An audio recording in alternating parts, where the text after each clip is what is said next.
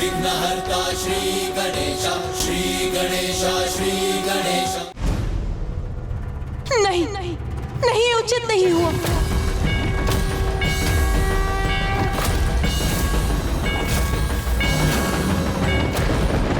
क्या हुआ पार्वती? स्वामी, स्वामी दुर्गमासुर मेरे अंधकारी तामसिक स्वरूप को निषेध पूजा से विवश कर हमारी योजना ज्ञात कर ली।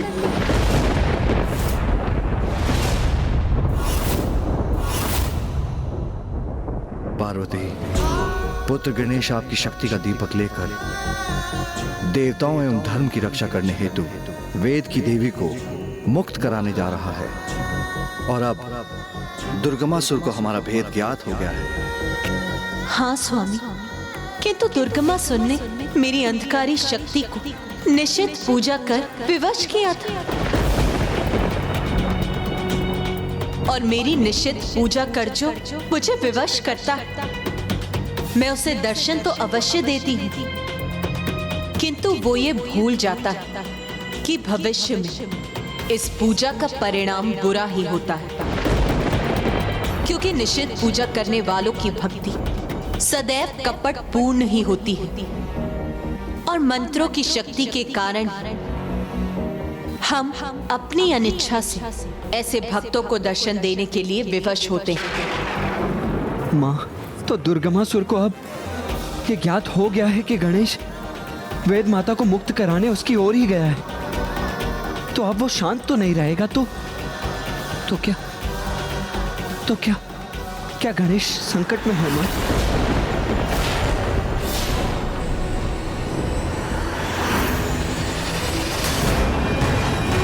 देवी आदिशक्ति अपने पुत्र गणेश को भेज रही है एक लौ के साथ, जिसमें उसकी संपूर्ण शक्ति है।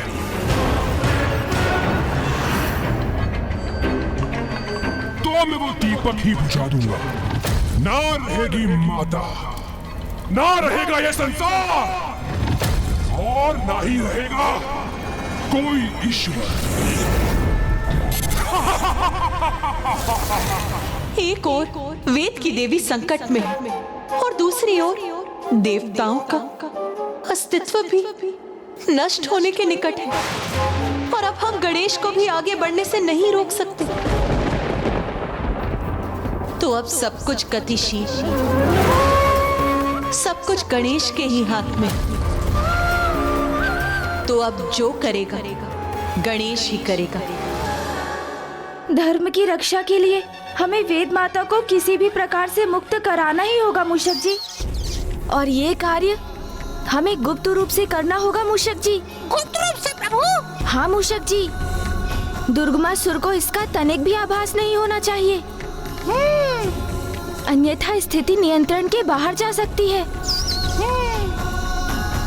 यदि वो लौ तेरी नगरी तक पहुंच गई तो तेरी संपूर्ण नगरी भस्म हो जाएगी। तो रोक ले उसे, बुझा दे उस दीपक की लौ को।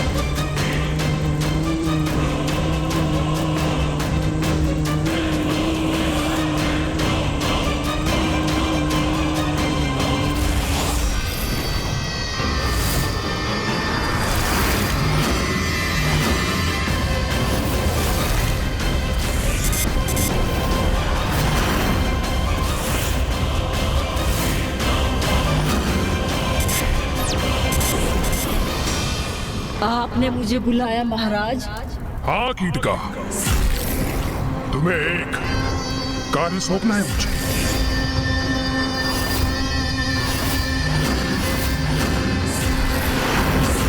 मेरा एक महाशत्रु अपने हाथों में ज्योति लिए मेरे नगर की ओर बढ़ रहा है।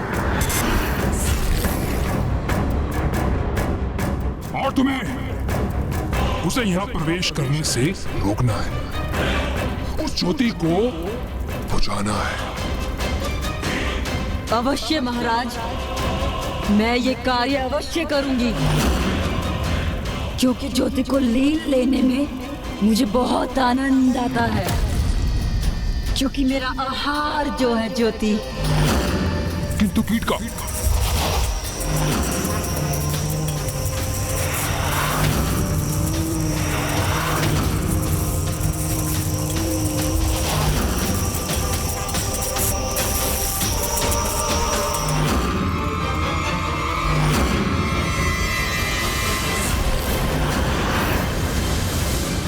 अब ना वो महादेव पुत्र यहाँ तक पहुँच सकेगा और ना ही उसके दीपक में वो ज्योति शेष रहेगी। ज्वाला की सुष्मता से तो आनंद आ गया।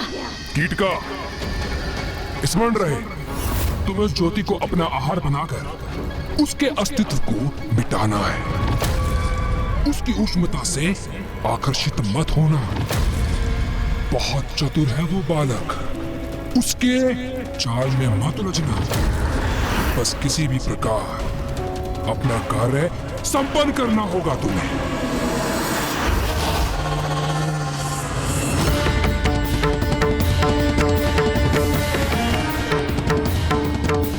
मूषक जी, गति धीमी कीजिए।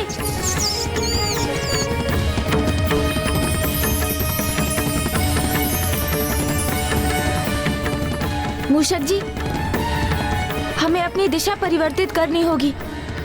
चलिए। जी प्रभु।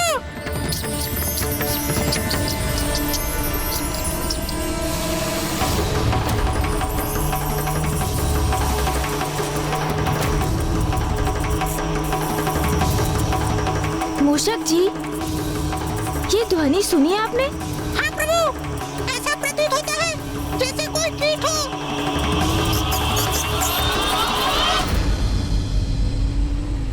हम ऐसी घाटी में हैं मूषक जी, जहाँ वृक्ष, पौधे, पुष्प हैं। इसलिए यहाँ कीट भी अवश्य होंगे। तो कदाचित चिंता का कोई कारण नहीं है।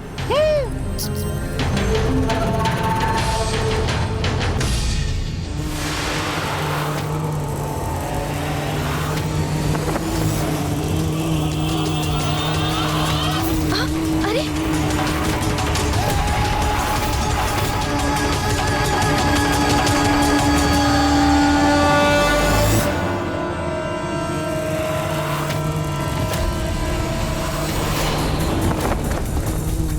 अरे, ये क्या?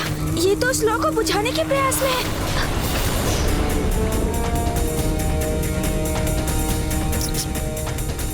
प्रभु, ये क्या?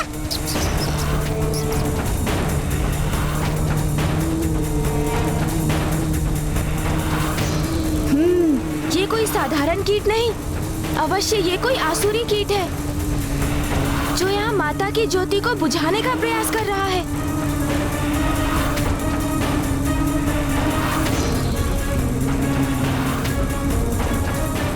माता ने कहा था ये लौ बुझनी नहीं चाहिए।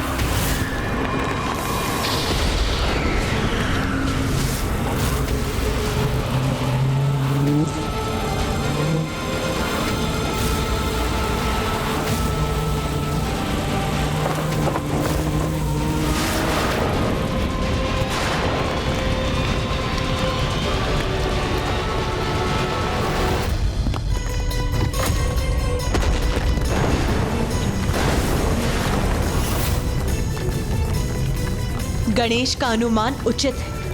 मुझे भी उस कीट की असुरी प्रवृत्ति का आभास हो रहा है और वो मेरी ज्योति को ही क्षति पहुंचाने के लिए वहां पहुंची।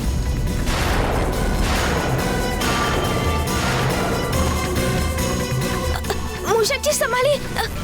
अरे, इस बार तो मैं इस ज्योति को बुझा कर ही रहूंगी।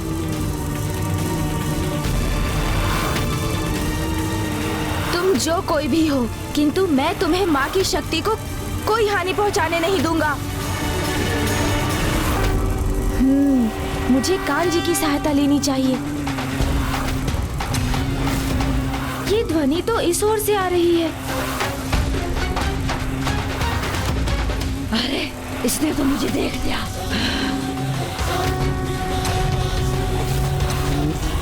सून जी,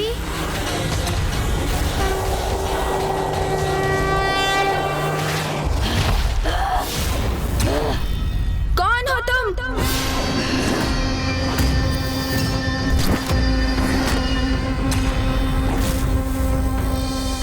चिटका मेरा नाम है और मैं तुम्हें यहाँ से जाने नहीं दूंगी। इस ज्योति को ले जाऊंगी मैं।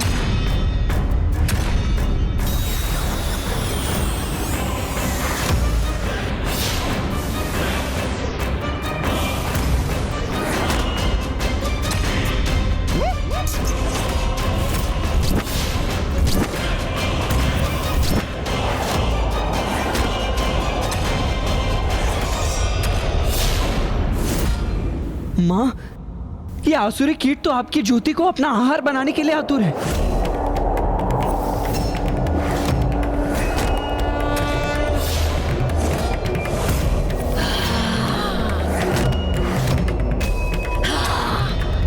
प्रभु, ये तो हमारी ओर ही बढ़ी आ रही है। अब हम क्या करें प्रभु? आप यहीं रुकिए मूषक जी। अब मैं अपनी युक्ति दिखाता हूँ।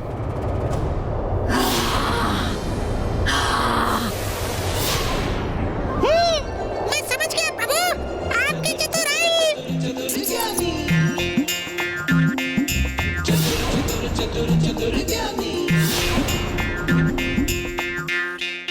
कहाँ गया? कहाँ जाकर छिप गया तू भीरू बालक?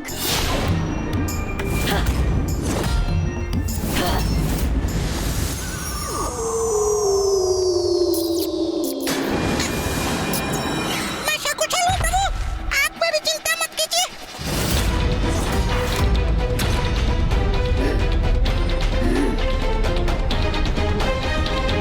कहाँ छिप गए तुम भीरू बालक?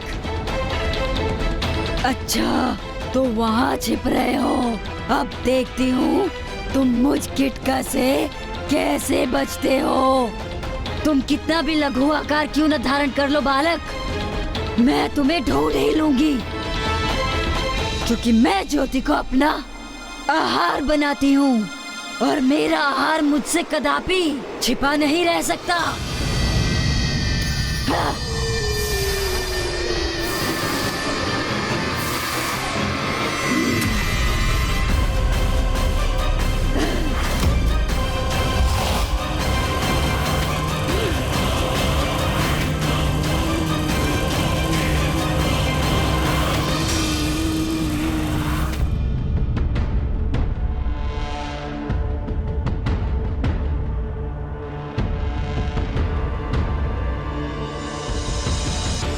मुझे मूषक जी को ढूंढना ही होगा, किंतु इस घनी धूप में।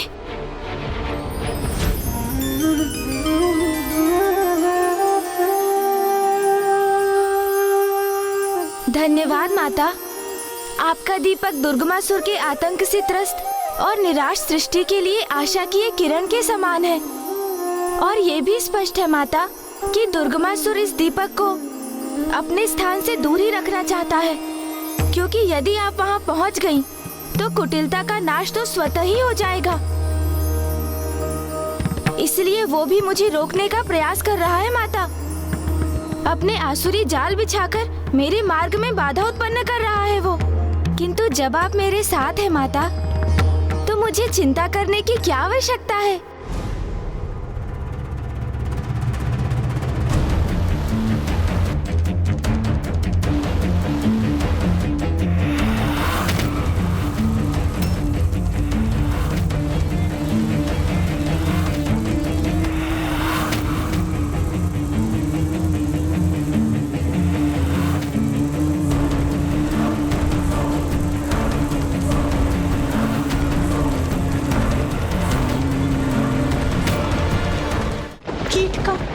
कीटका अपनी डंक से गणेश को आहत कर रही है, जिससे गणेश के हाथ से वो दीपक गिर जाए और वो उस दीपक पर धावा बोल दे। मुझे समझ में नहीं आ रहा, यह असुरी कीट तो इतनी लघुकाय है, गणेश जी बड़ी सहजता से इसे मसल सकते हैं, तो फिर वो ऐसा क्यों नहीं कर रहे? सूर्यदेव, गणेश मेरी ज्योति को सुरक्षित रखने हेतु रक्षात्मक होने पर विवश, क्योंकि यदि वो अचानक गतिशील हुआ तो दीपक की लौ डगमगा जाएगी, जिससे मैं स्वयं अस्थिर हो जाऊंगी, जिसका कुप्रभाव सृष्टि को सहना होगा। यदि गणेश चाहे तो बल का प्रयोग अवश्य कर सकता है, किंतु इस चुनौती को उसे बल से नहीं अपितु युक्ति से हल करना होगा, जिससे वो मां की दी हुई ज्योत की रक्षा भी कर सके।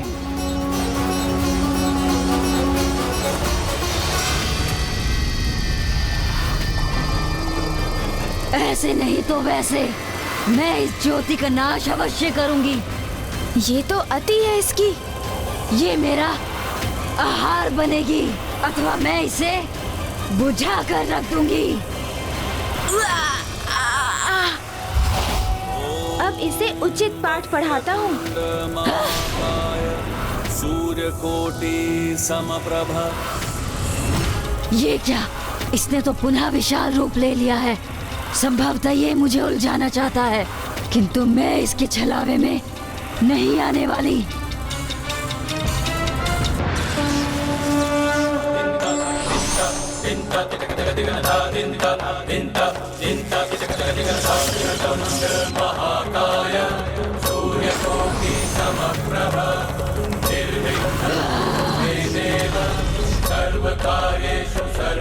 कब तक छिपा के रखोगे बालक तुम इसे?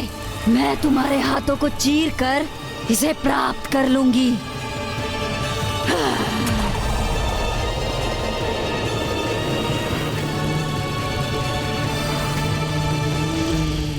माँ, मुझे आपकी सहायता की आवश्यकता है।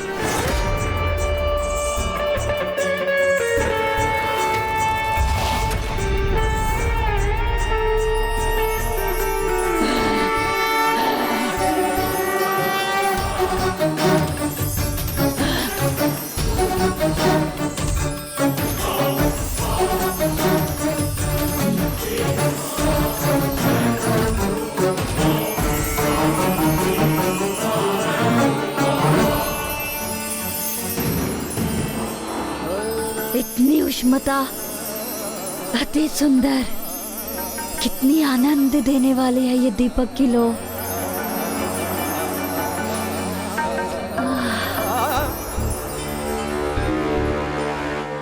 अब एक छोटी सी क्रीड़ा करता हूँ।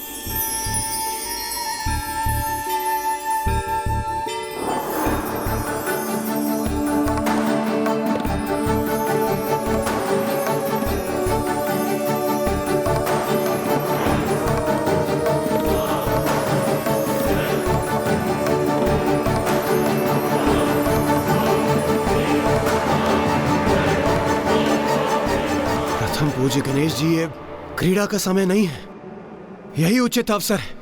मसल कर रख दीजिए इस कीटासुर को। देवराज इंद्र, गणेश कोई क्रीड़ा नहीं कर रहा है।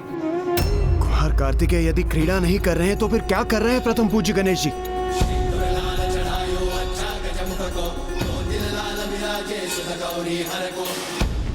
कीटिका एक आसुरी कीट है, और जैसे कीट पतंगे ज्योति की उष्णता और उसके प्रकाश की ओर आकर्षित होते हैं, उसी प्रकार गणेश भी इस कीट को उस ज्योति की ओर खींच रहा है। मात्र गणेश ही अपनी चतुराई से ऐसी युक्ति उत्पन्न करने में सक्षम है। वो उस ज्योत को अपने हाथों में सुरक्षित भी रखेगा और बिना उस पर कोई आक्रमण किए उस कीट का अंत भी सुनिश्चित करेगा।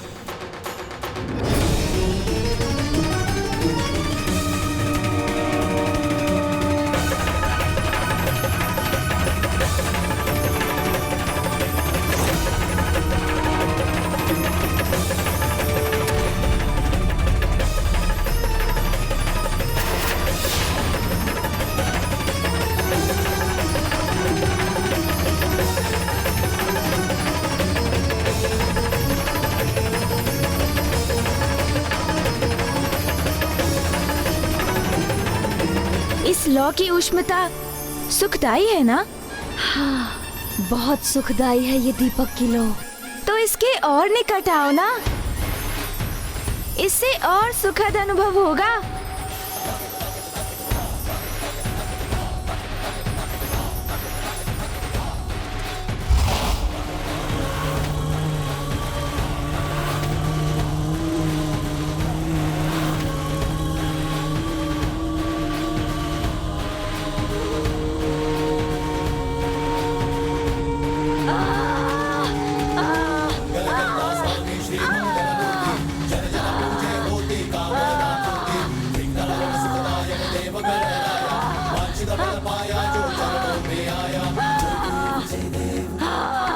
माँ, वो आसुरी तो एक पतंगे की भांति स्वयं इस ज्वाला में प्रवेश कर गई। किंतु मैं किसी भी जीव को इतनी पीड़ा में नहीं देख सकता माँ।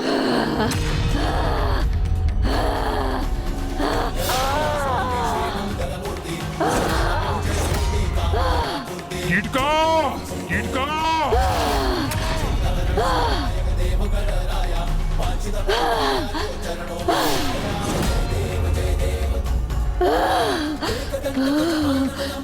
तुमने मेरे प्राण क्यों नहीं लिए?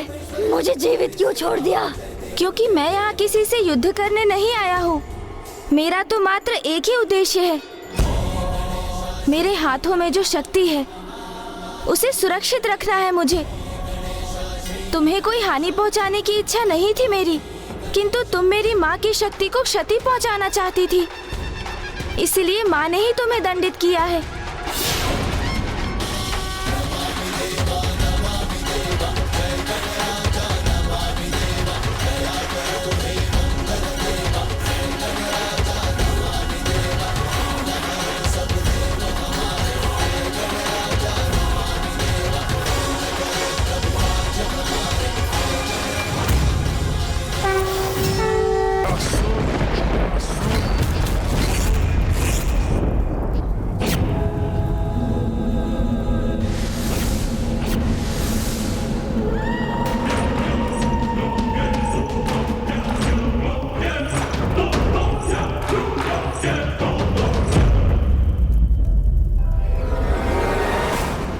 गया ये छायासुर। मुझे स्वयं ही देखना होगा उसे।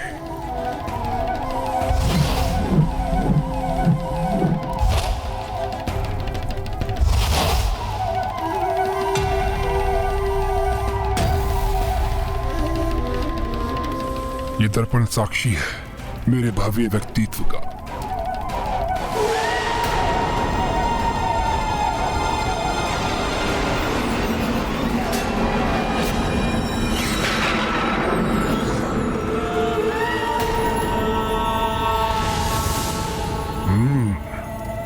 छायासुर की छाया है ये, जो होते हुए भी किसी के अस्तित्व को होते हुए भी लुप्त कर देती है। आपने मुझे बुलाया महाराज? हाँ बुलाया है, अवश्य बुलाया है तुम्हें। आओ छायासुर आओ।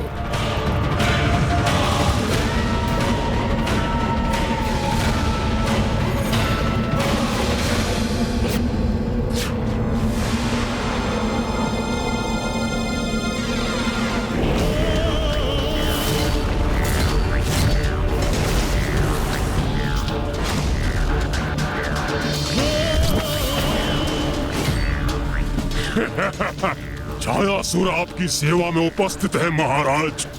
छायासुर मेरा एक महाशत्रु मेरे नगर की ओर एक दीपक के साथ बढ़ रहा है, तो जाओ और उस दीपक की ज्योति पर छा जाओ।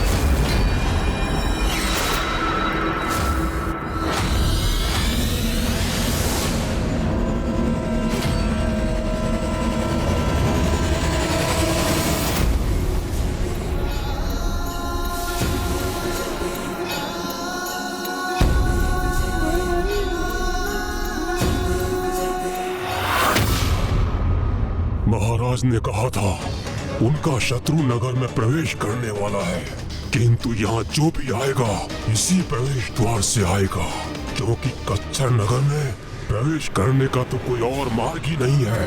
तो मैं यहीं स्थित रहकर निगरानी रखता हूँ।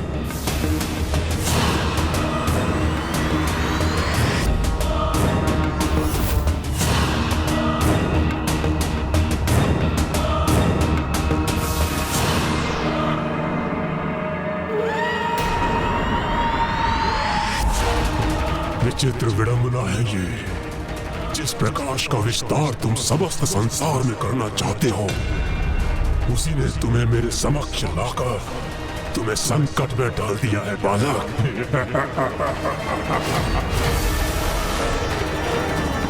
मूषक जी आराम से चलिए, समय लगेगा तो लगने दीजिए, किंतु हमें कोई देख ना सके मूषक जी।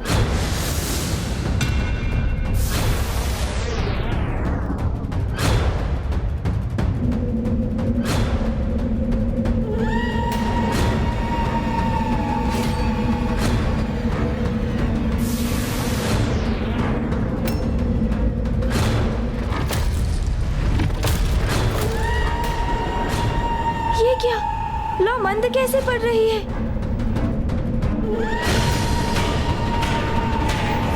किंतु ये कैसे संभव है?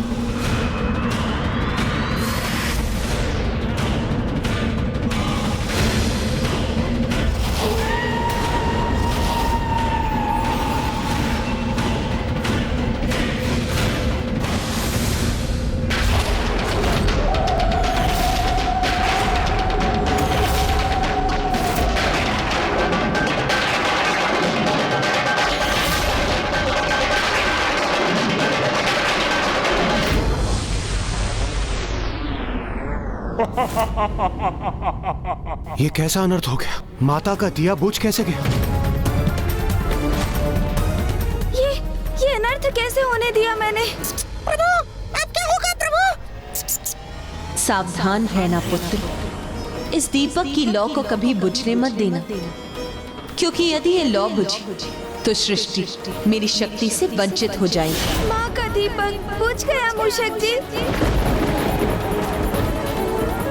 मुझ पर माँ को अटूट विश्वास था और मैं माँ के विश्वास का मान नहीं रख सका। मैं असफल हो गया मूषक जी।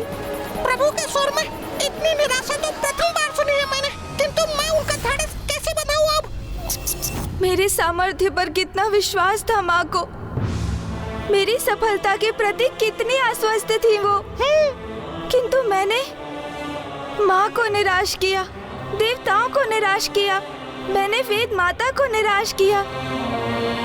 माँ के दीपक को सुरक्षित नहीं रख सका मैं। मुझे क्षमा कर दीजिए माँ। बालक छाया स्वरूप में छाया बनकर किसी पर भी छा जाता हूँ, और अब इस दीपक की लौ को ढककर मैं तुम्हें इसी भ्रम में रखूंगा कि तुम अपने उद्देश्य में असफल हो गए। अब मैं वेद माता को कैसे सुरक्षित करूँगा? तो क्या अब संसार वेद विहीन हो जाएगा? धर्म का ह्रास निरंतर होता रहेगा, सर्वत्र अराजकता का ही प्रभाव होगा और संसार की इस दुर्दशा का कारण मैं बनूंगा। वेद से रिक्त यहाँ से कैसे लौटूं मैं? कैसे किसी को अपना मुख दिखाऊंगा मैं? प्रभु, नीर आशा, इसी में ही आशा का बीज छुपा होता है। बस आवश्यकता है स्वयं पर विश्वास की। आप प्रभु प्रथम पूज्य हैं, विघ्न हरता है, तो आप कैसे विघ्न से निराश हो सकते हैं भला? अपने निराश मन में आशा की लौ प्रज्वलित कीजिए प्रभु, तो संभव है आप पाएंगे कि दीपक की लौ अभी तक प्रज्वलित हो, किंतु वो मात्र थोड़ी मंद पड़ गई हो प्रभु। ये कैसे संभव है मूषक जी? मैं स्वयं अपने नेत्रों से इस दीपक को देख रहा हूँ और उसकी तनिक भी लौ मुझे दिखाई नहीं दे रही। कदाचित आपके नेत्रों को ही भुलावा हो रहा हो प्रभु। तो लीजिए मूषक जी, आप भी अपने नेत्रों से देख लीजिए।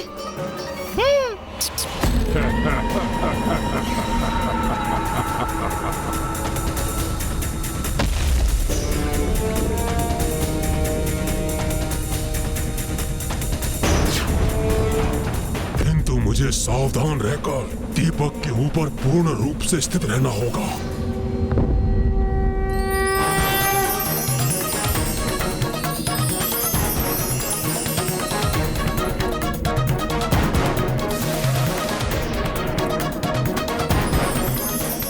अरे नहीं, इसे ये लौ नहीं दिखाई देनी चाहिए। मैं पुनः पूर्ण रूप से ढक देता हूँ इसे।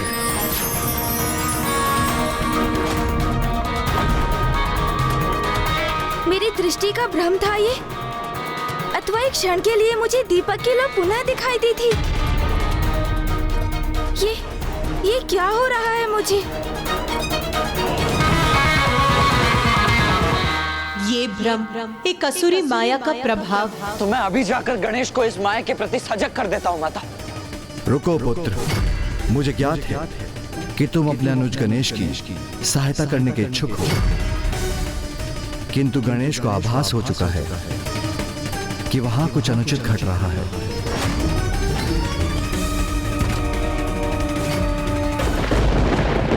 प्रभु, अब तो मैं भी निराश हो गया हूँ। आप उचित कह रहे थे, लौ तो पूर्ण रूप से अदृश्य हो गई है प्रभु।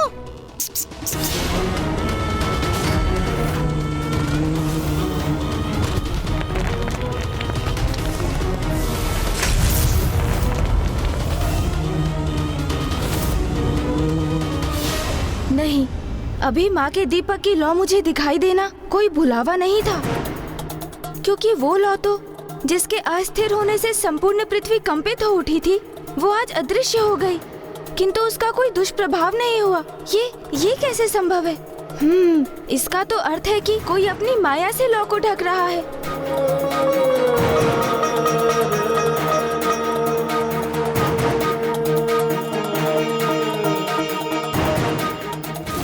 ये बालक अपनी सूंड मेरी ओर क्यों ला रहा है? मुझे बहुत स्थिर रहने की आवश्यकता है।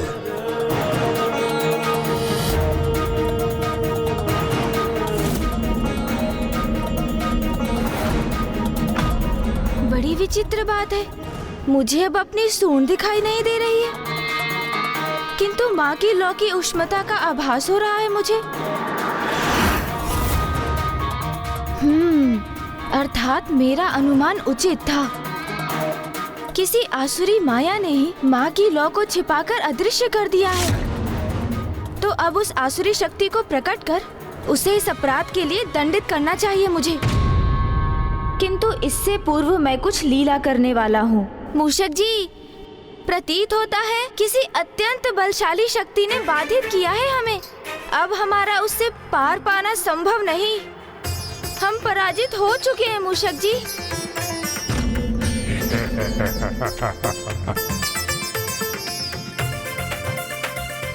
उचित प्रतीत हुआ तुम्हें बालक। ये क्या हो गया प्रभु को? निराशा से उबर ही नहीं रहे प्रभु, मुझे ही उन्हें संभालना होगा। ऐसा मत कहिए प्रभु। ये तो स्वीकार करना ही होगा मूषक जी कि कोई विशेष माया ही माँ के दीपक की ज्योति को बुझा सकती है। ये तो आपने उचित कहा प्रभु। अब तो जो हो गया सो हो गया मूषक जी, हम निरुपाय हो चुके हैं। हाँ प्रभु। तो फिर यहाँ रुकने से क्या लाभ? हमें यहीं से पीछे मुड़कर लौट जाना चाहिए मूषक जी। वाह वाह, ये बालक तो अब लौट रहा है, वो भी इस दीपक को यहीं छोड़कर। एक बार ये अपने इस मूषक के साथ लौट जाए तो मैं इस दीपक को महाराज तक ले जाऊंगा। वो स्वयं इसकी लौ को बुझाने का आनंद लेंगे। चलिए मूषक जी।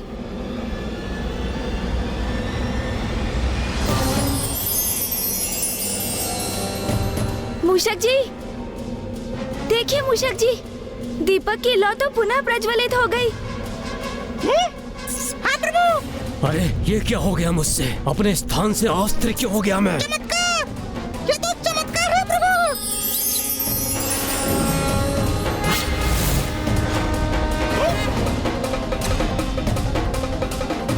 अरे ये क्या? ये लौ तो पुनः बुझ गई।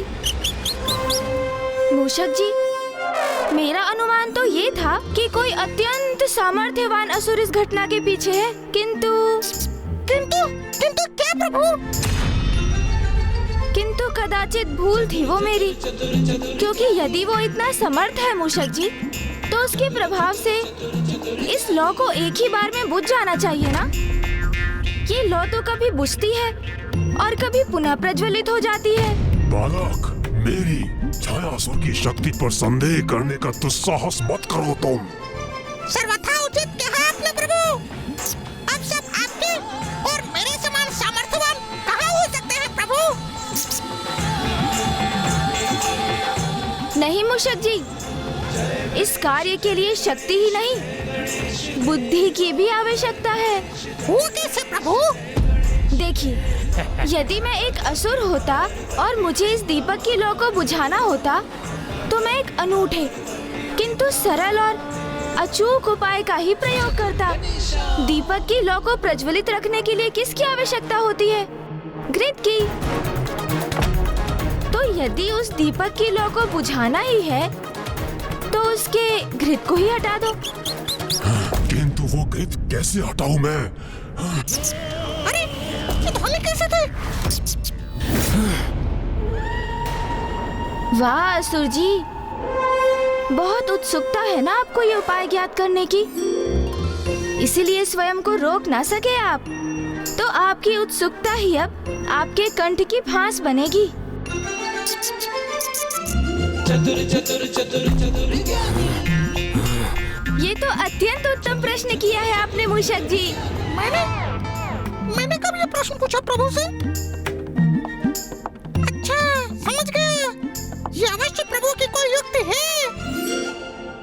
दीपक को घृत से रिक्त करने के लिए तो दीपक को उलटना होगा ना। अच्छा हुआ उन्हें मेरे बारे में ज्ञात नहीं हुआ। अरे हाँ, ये तो सर्वथा उचित है, किंतु मैं उसे आभास नहीं होने दूंगा कि मैं उसकी युक्ति समझ चुका हूँ। अच्छा हुआ उन्हें मेरे बारे में ज्ञात नहीं हुआ।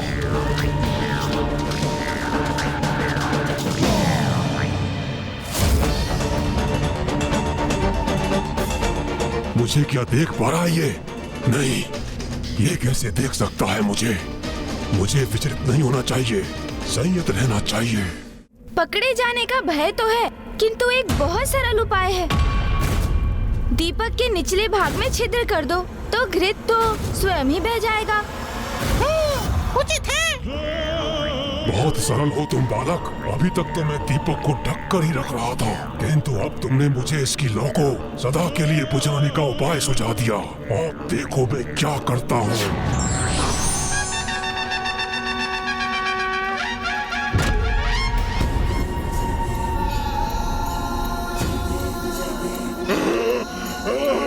अरे मुक्त कर दो मुझे, जाने दो मुझे।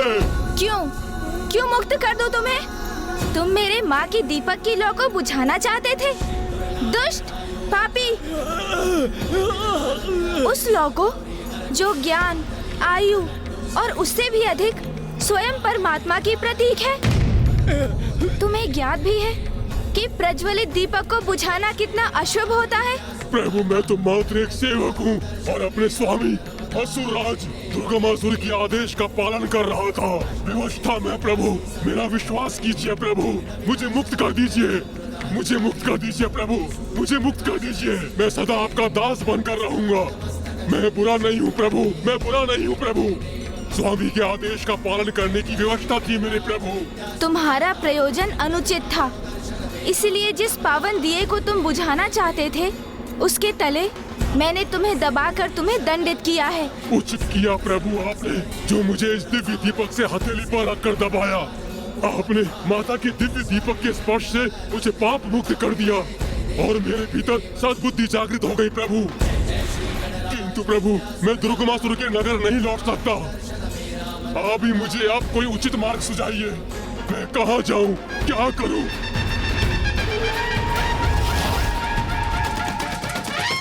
तो उचित है, आज से तुम्हारा स्थान दीपक के नीचे होगा छायासुर।